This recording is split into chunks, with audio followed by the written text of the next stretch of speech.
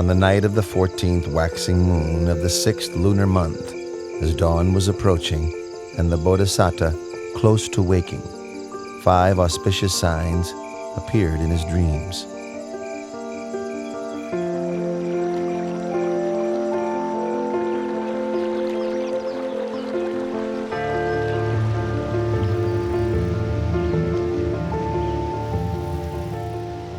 Which he interpreted as follows.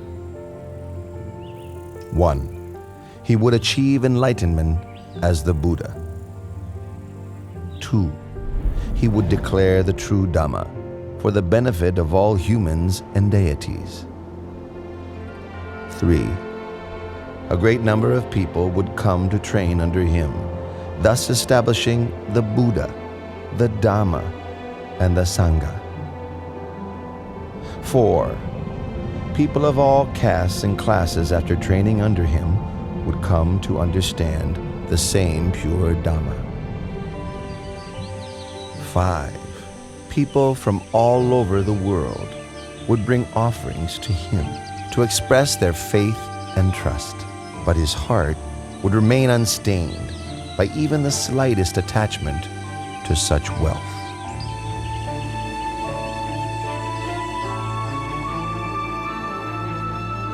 In the village of Uruvela Senanigama, there lived a wealthy man's daughter named Suchata.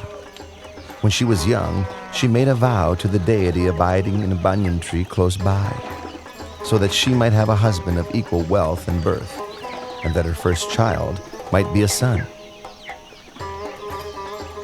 Once her wishes had been fulfilled, she prepared a rice dish, prepared with cow's milk and honey, as an offering to honor the tree deity.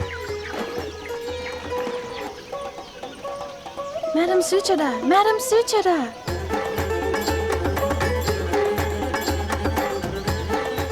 What's the matter, Puna? Why are you rushing in such an excited way? It seems that the tree god has come to receive your offering. I saw him at the banyan tree over there with my own eyes. He's glowing with a beautiful halo all around him. Everyone, quickly help! Puna, go and fetch a golden tray for the honeyed milk rice. We'll take it out to offer to the tree god. Quickly, go, go!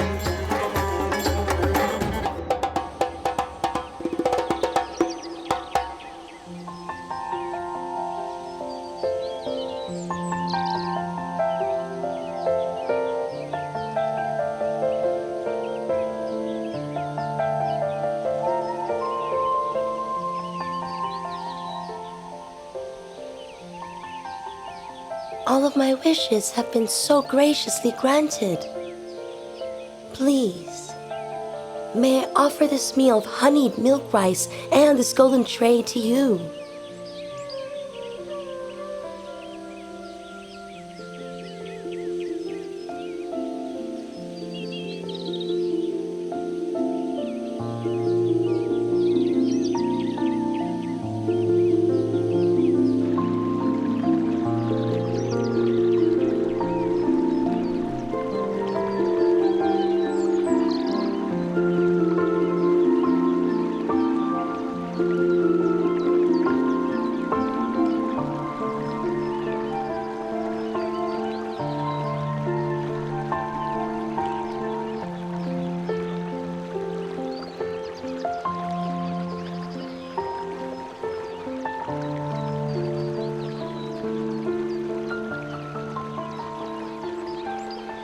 I offer this prayer.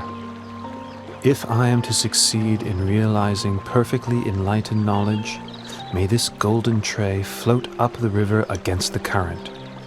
But if I am not to achieve my goal, may this tray float downstream with the current.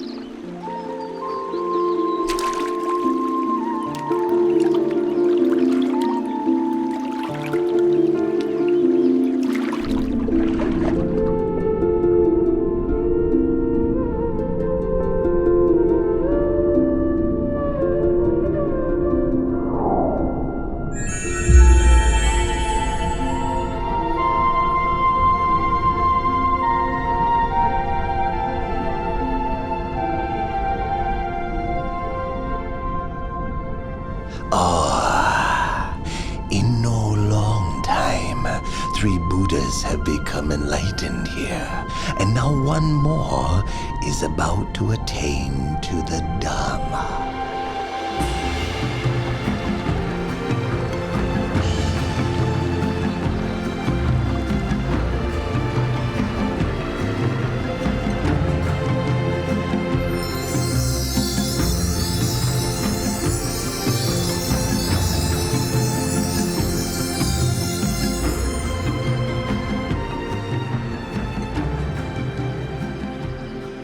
I'm a Brahmin called Satya, sir.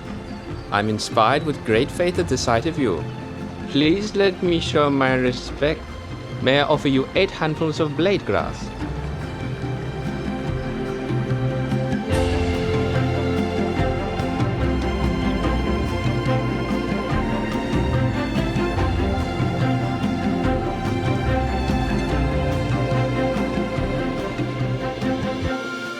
For as long as I have not yet attained to supreme enlightened knowledge, even if my blood and flesh should dry up with only skin, bone, and sinews remaining, I shall not rise from this seat.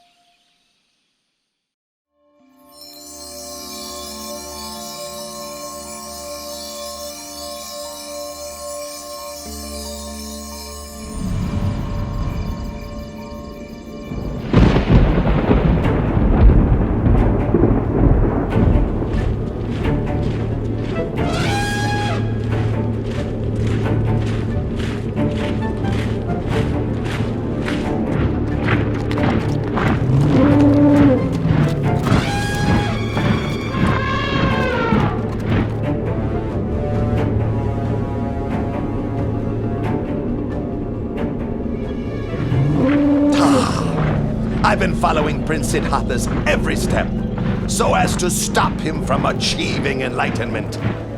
If I let him go ahead with this, he'll slip out of my grasp for sure. I must cut him off now. I must destroy him. Ha ha ha ha ha.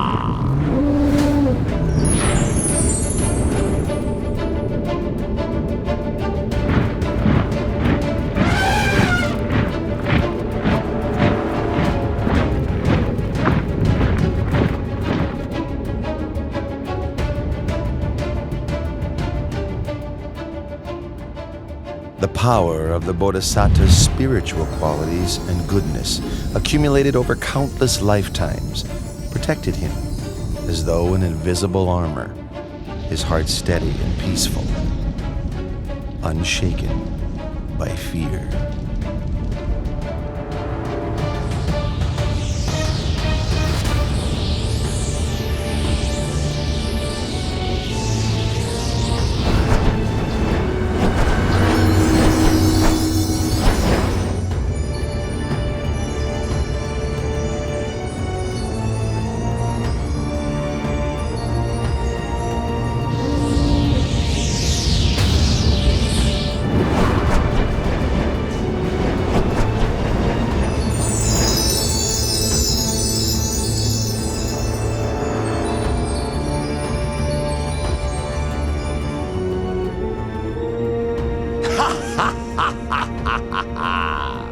Prince Siddhartha, do you think you can escape from Vasavati Mara's control?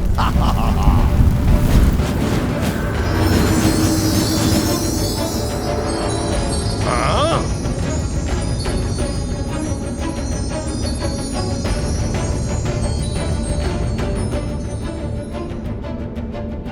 My powerful weapons cannot harm the prince.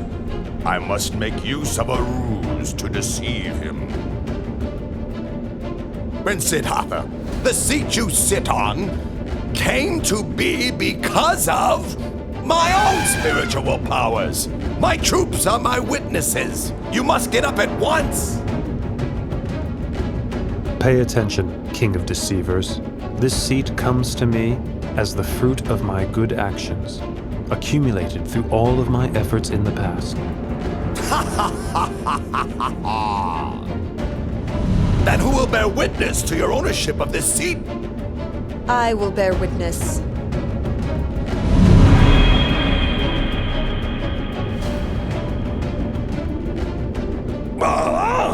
Dharani, goddess of the earth!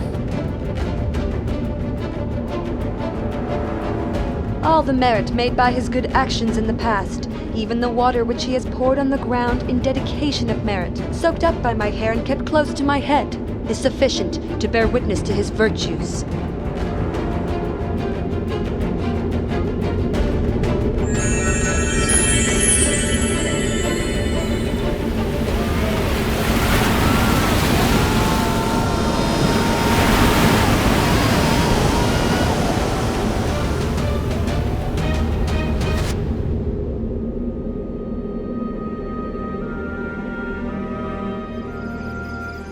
After his victory over Mara and his host of deceivers, the Bodhisattva's mind was firm, focused, and concentrated.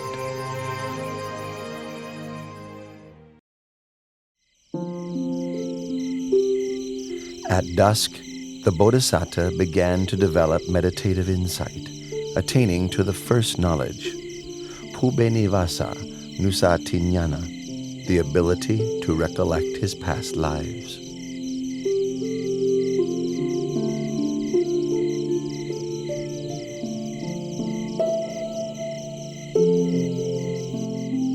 In the silence of the late night, he attained the second knowledge, Kutu Papa Tanyana, knowledge of the passing away and rebirth of beings according to the results of their actions.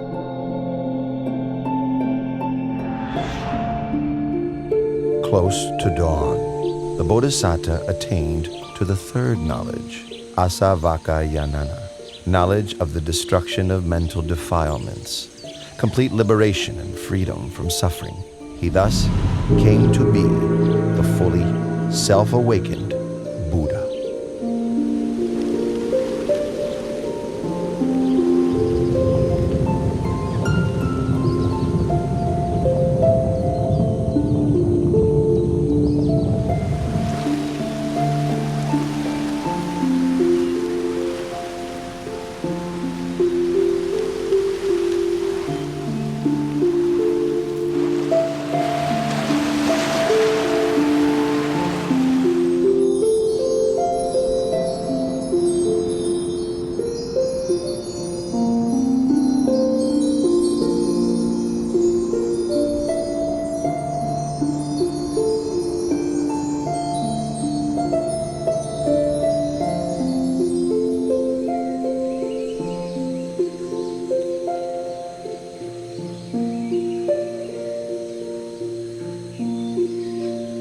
Craving, with you I've been born again and again, but now you are revealed, and your power redundant.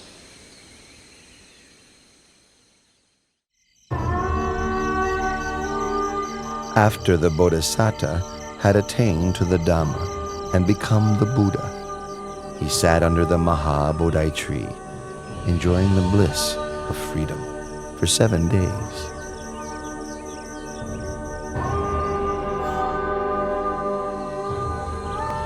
Then he went and stood in the open, gazing back at the Maha Bodhi tree and recollecting its virtues. He stood there and gazed without blinking for 7 days.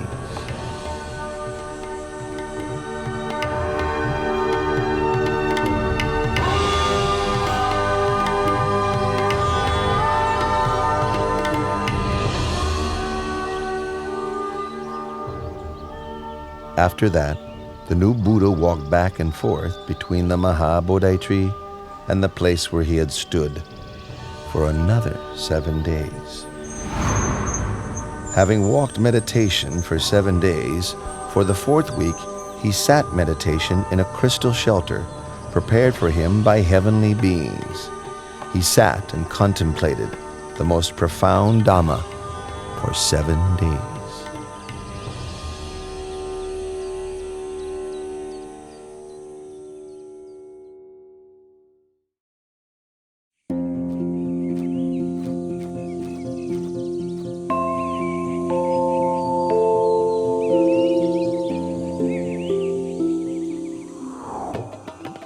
sisters Raka, Ardi.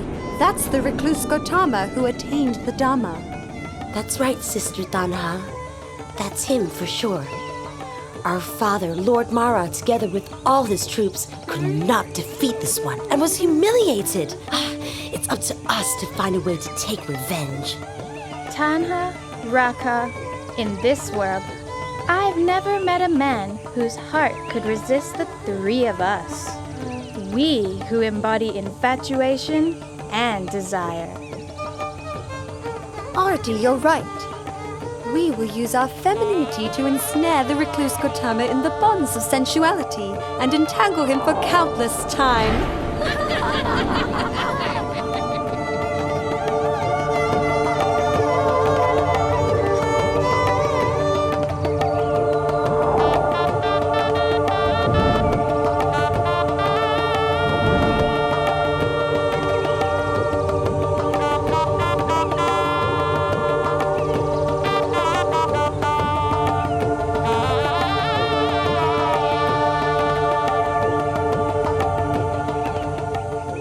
Oh, Prince. Oh, Prince. Prince. Ow.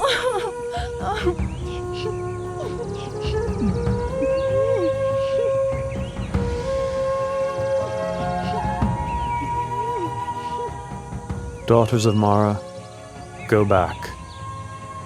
There is no way you can succeed in what you are trying to do. For I have utterly destroyed all kinds of satisfaction and infatuation.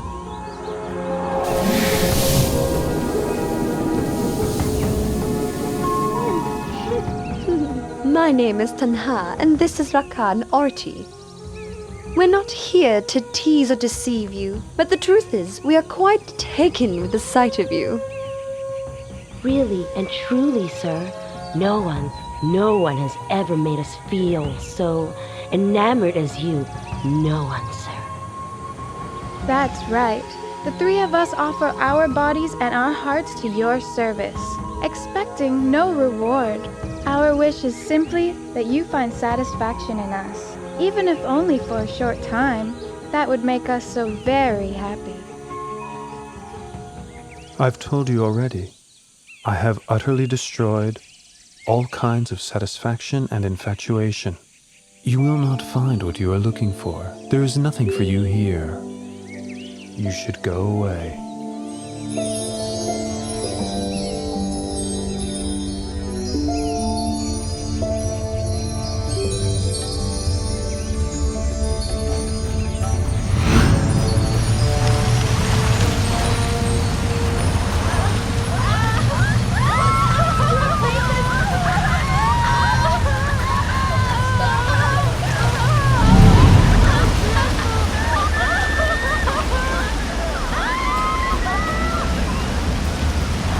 From this moment on, no one will ever again be able to wield power over the Samana Gautama, the Enlightened One.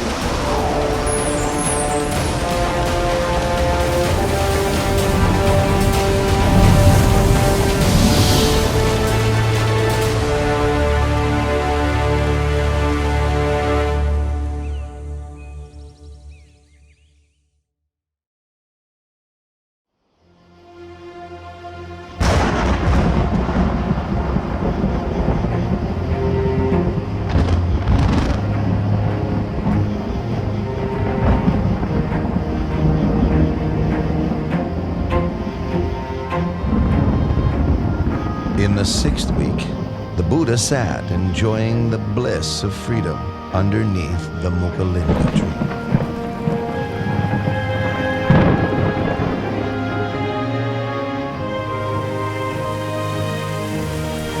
As he sat, the rain fell constantly.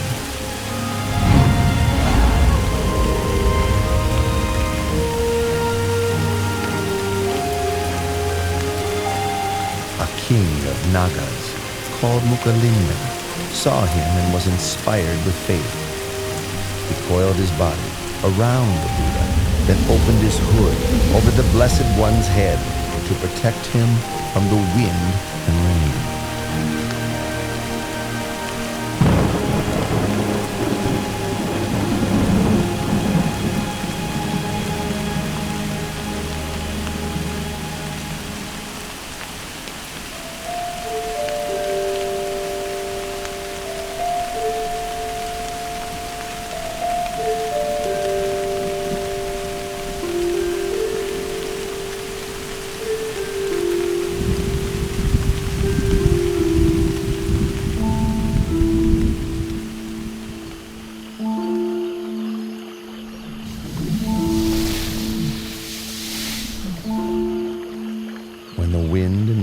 subsided, he uncoiled from the Buddha and changed his body into the form of a young man, bowing and paying respects to the Buddha.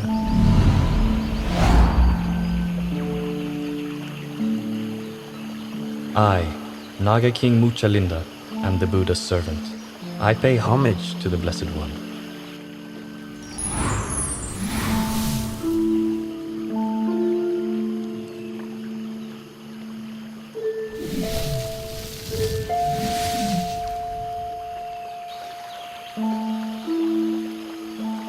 Silence is happiness for the one who has seen the Dharma.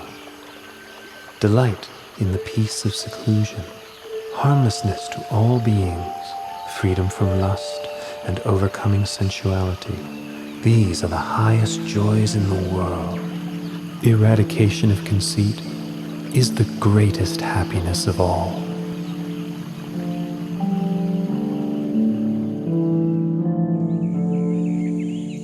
In the 7th week after his enlightenment, the Buddha sat and enjoyed the bliss of freedom under the tree called Rajayatana for another 7 days.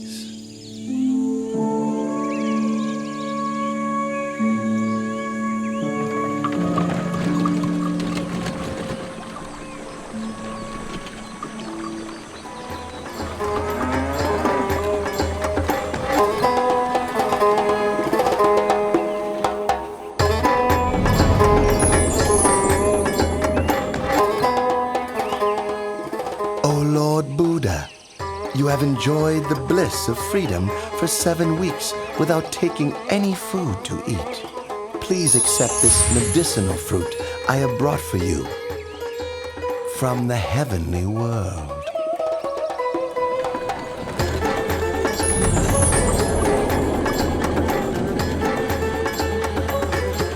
Those 2 merchant brothers made merit with me in the past. I should take this opportunity to help them meet the Buddha.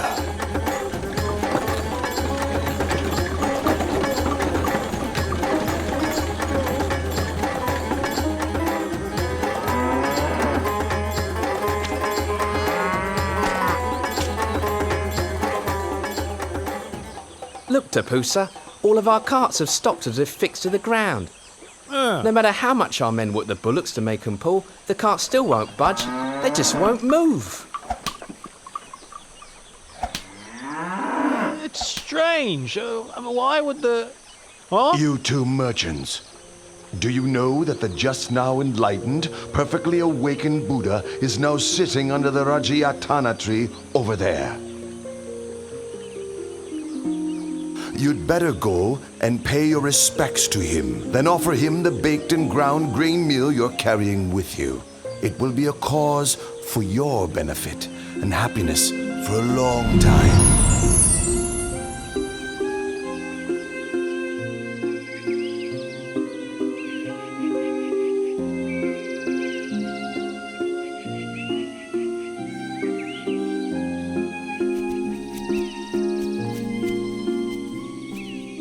Your 2 humble servants bring baked and ground grain meal to offer.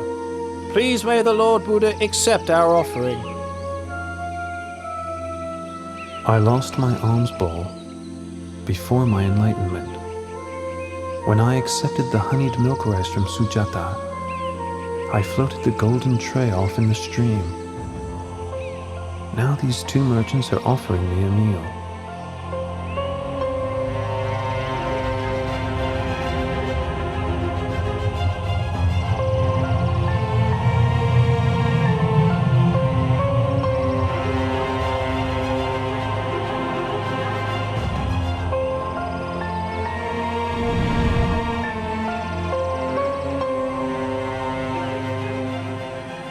A recluse should not have more than 1 alms bowl.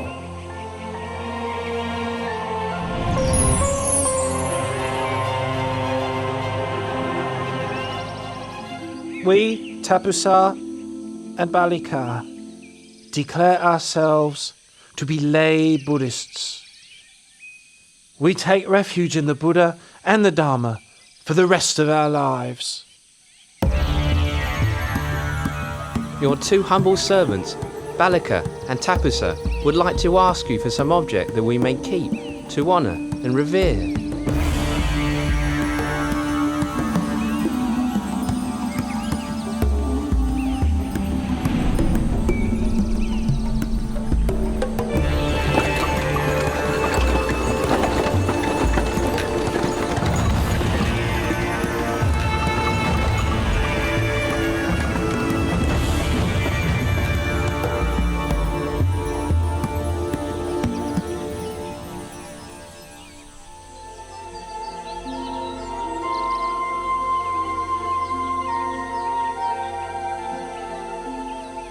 I have attained the Dharma, which is profound and subtle. It is difficult for ordinary people to understand and practice.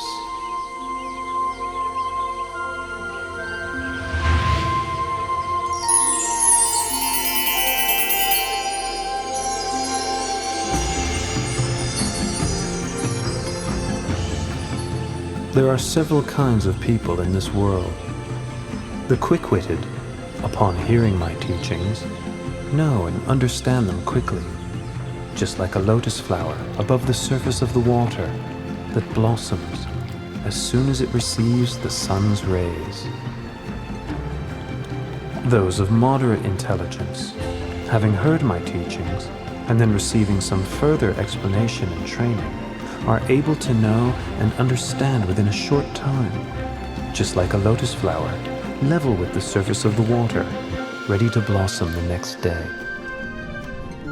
The slow-witted, having heard the teachings, receiving further explanation and training, persevering with faith, are able to know and understand in the end, like a lotus flower below the water, which grows upwards before finally breaking through the surface and blossoming.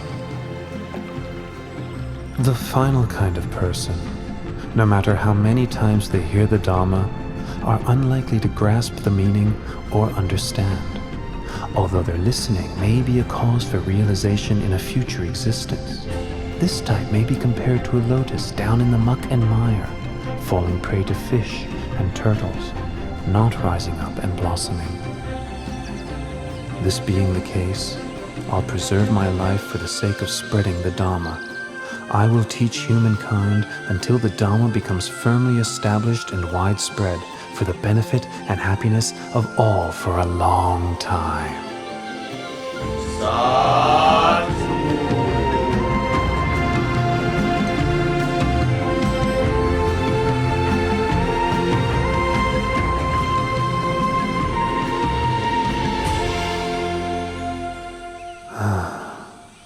It's a pity that Alara the hermit passed away 7 days ago, and Udaka the hermit passed away just yesterday.